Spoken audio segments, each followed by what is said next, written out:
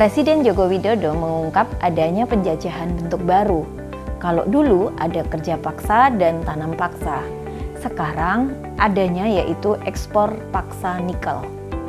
Kondisi ini mirip dengan yang terjadi saat kolonialisme Belanda sebelum Indonesia merdeka. Kok bisa?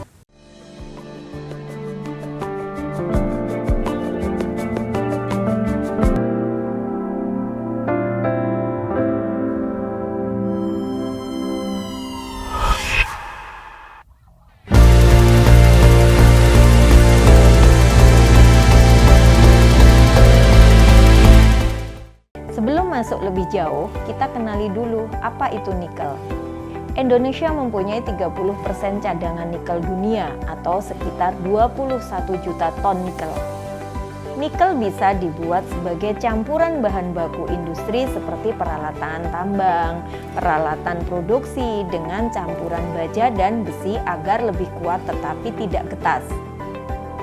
Bisa juga digunakan sebagai bahan 3D printing dan bisa digunakan sebagai baterai kendaraan listrik.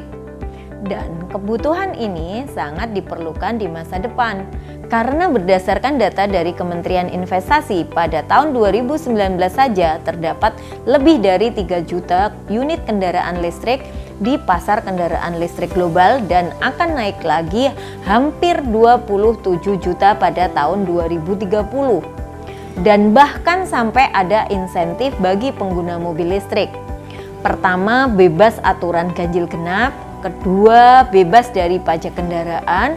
Ketiga, bea balik nama maksimal 2,5% dan mendapat diskon mengisi daya sebesar 30% bila mengisi pada jam 10 malam sampai jam 5 pagi. Dan motor listrik bahkan sampai disubsidi sampai 6,5 juta. Sebenarnya begitu besar potensi nikel ini, sampai Indonesia dipaksa untuk ekspor nikel. Tapi sayangnya, walaupun Indonesia memiliki banyak sekali nikel, Indonesia belum bisa secara maksimal mengolah nikel menjadi barang jadi. Dan yang dilakukan dari dulu adalah ekspor nikel mentah. Ironinya, Indonesia ekspor nikel mentah kemudian diolah oleh negara lain dan kita sendiri yang beli jadi barang tersebut. Dan parahnya, perkiraan pendapatan apabila negara Indonesia mengolah sendiri nikel sampai barang jadi itu bisa melonjak 20 kali lipat atau sekitar 100 miliar US dollar. Penjajahan bentuk baru yang dimaksud Bapak Jokowi dalam hal ini adalah ekspor paksa menyangkut gugatan larangan ekspor nikel di World Trade Organization (WTO).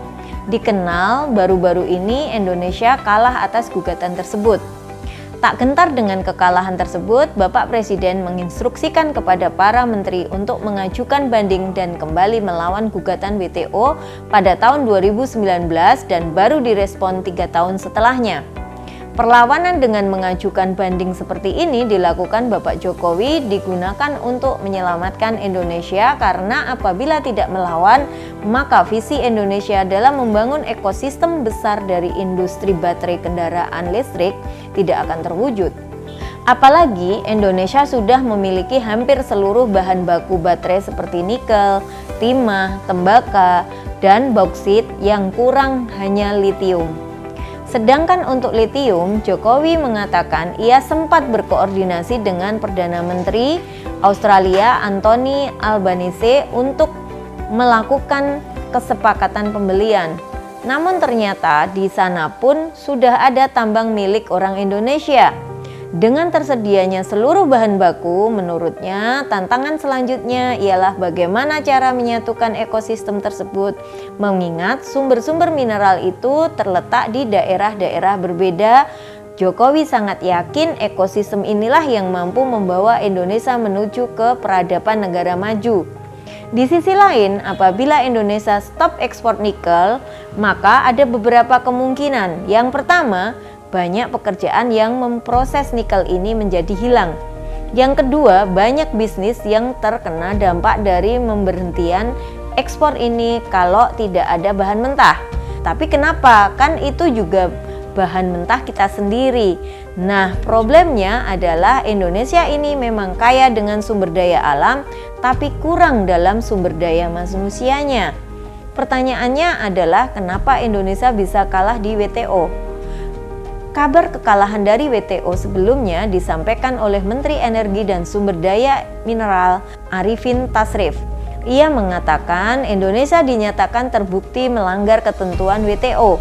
Berdasarkan keputusan final panel WTO di atas perkara larangan ekspor Indonesia yang disebut dalam sengketa DS-192 WTO memutuskan bahwa kebijakan pelarangan ekspor dan kewajiban serta pengolahan pemurnian mineral di dalam negeri terbukti melanggar ketentuan WTO. Namun, Bapak Arifin juga masih menilai bahwa terdapat peluang untuk banding terkait dengan larangan ekspor nikel kepada WTO.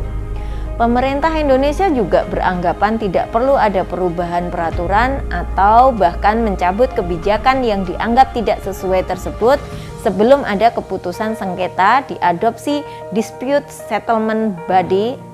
Bapak Jokowi pun mengatakan bila kita masih kalah maka banding lagi dan lagi. Karena Indonesia sendiri juga mempunyai visi untuk memajukan industri pernikelan menjadi baterai listrik. Lalu apa yang bisa kita lakukan untuk Indonesia? Kita harus saling support dan memiliki rasa nasionalisme dan solidaritas negara untuk bisa mengolah sumber daya alam sendiri. Karena faktor suatu negara bisa maju adalah selain kaya di sumber daya alam, kita juga harus kompeten dalam sumber daya manusianya.